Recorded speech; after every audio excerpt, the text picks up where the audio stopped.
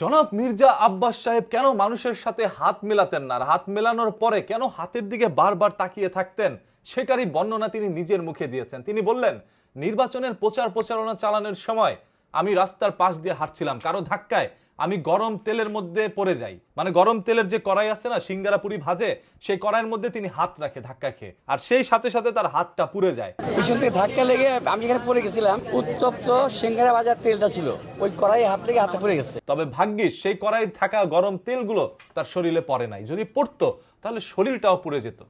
তিনি আল্লাহ তাআলার কাছে শুকরিয়া প্রকাশ করে বলেন, আল্লাহ তাআলা তাকে এবারের মতো বাঁচিয়েছে।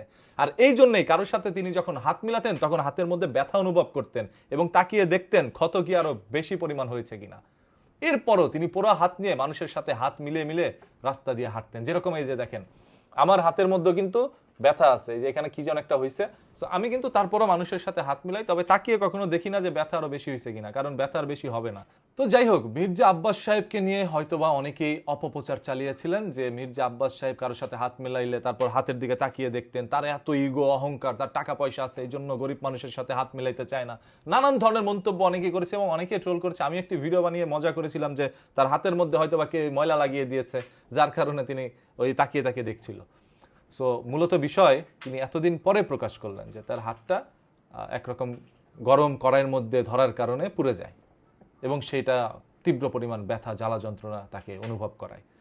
সো মির্জা আব্বাস সাহেব যে এতদিন পরে এসে তার হাত দেখাচ্ছে, এখন এইটা তো অনেকে মানতে নারাজ ভাই। একটি গরম কড়াইয়ের মধ্যে কেউ যদি এইভাবে হাত ধরে তাহলে শুধু একটি কণার কেন পুড়বে? পুরোপুরি একটা হাতের এই এরকম অংশটা পুড়ে যাওয়ার কথা ছিল, লম্বা হয়ে এরা পুরো হাত, এবং ওই কড়াই যদি পড়ে যায় তাহলে তেলগুলো পড়ার কথা ছিল। যাই হোক, অনেকভাবে বলবে, এখন সত্য মিথ্যা সব আল্লাহ তাআলা ভালো জানেন। কেউ যদি একটা কিছু বলে তাহলে বিশ্বাস করে নেওয়াই ভালো, বিশ্বাস করে নেন ভাই। হইতেও তো পারে হাত পুড়ে গেছে যার কারণে এমন করছে, না হলে এমন তো করার কথা না। তিনি জানে তার আশেপাশে ক্যামেরা আছে, অনেক সাংবাদিকরা আছে, ভিডিও করতেছে, অনেকে লাইভ করছে।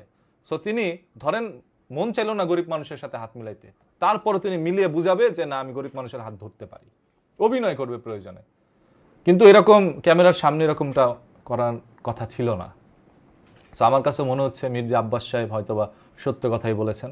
আপনারা একটা জিনিস দেখবেন যে আমাদের এলাকার মধ্যে যখন গরিব দুঃখী মানুষ, অসহায় মানুষগুলো সাহায্যের জন্য আসে, তখন হয়তোবা তাকে যদি দেখতে একটু সুস্থ সবল মনে হয় তাহলে অনেকেই তাকে ভিক্ষা দেয় না বা সাহায্য দেয় না, বলে উনি তো শরীর স্বাস্থ্য ভালো আছে, চাকরি বাকরি করে খেতে পারে, ওকে আমি সাহায্য কেন করব।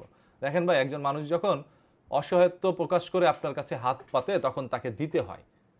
আপনি আল্লাহর জন্য ছেড়ে দেন, যদি তিনি আপনার কাছ থেকে টাকা নিয়ে বাজে পথে খরচ করে তাহলে সেটা আল্লাহ তাআলা দেখবে। আপনি তো মনের আপনার মনের ইচ্ছা থেকে আপনি দিছেন, আল্লাহ তাআলার প্রতি বিশ্বাস রেখে, তার প্রতি বিশ্বাস রেখে আপনি তাকে দিছেন।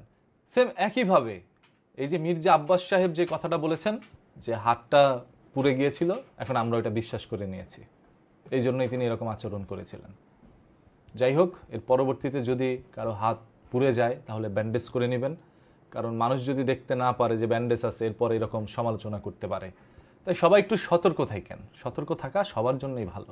আর এই যে মির্জা আব্বাস সাহেবকে নিয়ে ঢাকা ৮ আসনের মধ্যে তো কত ধরনের কিচ্ছা কাহিনী।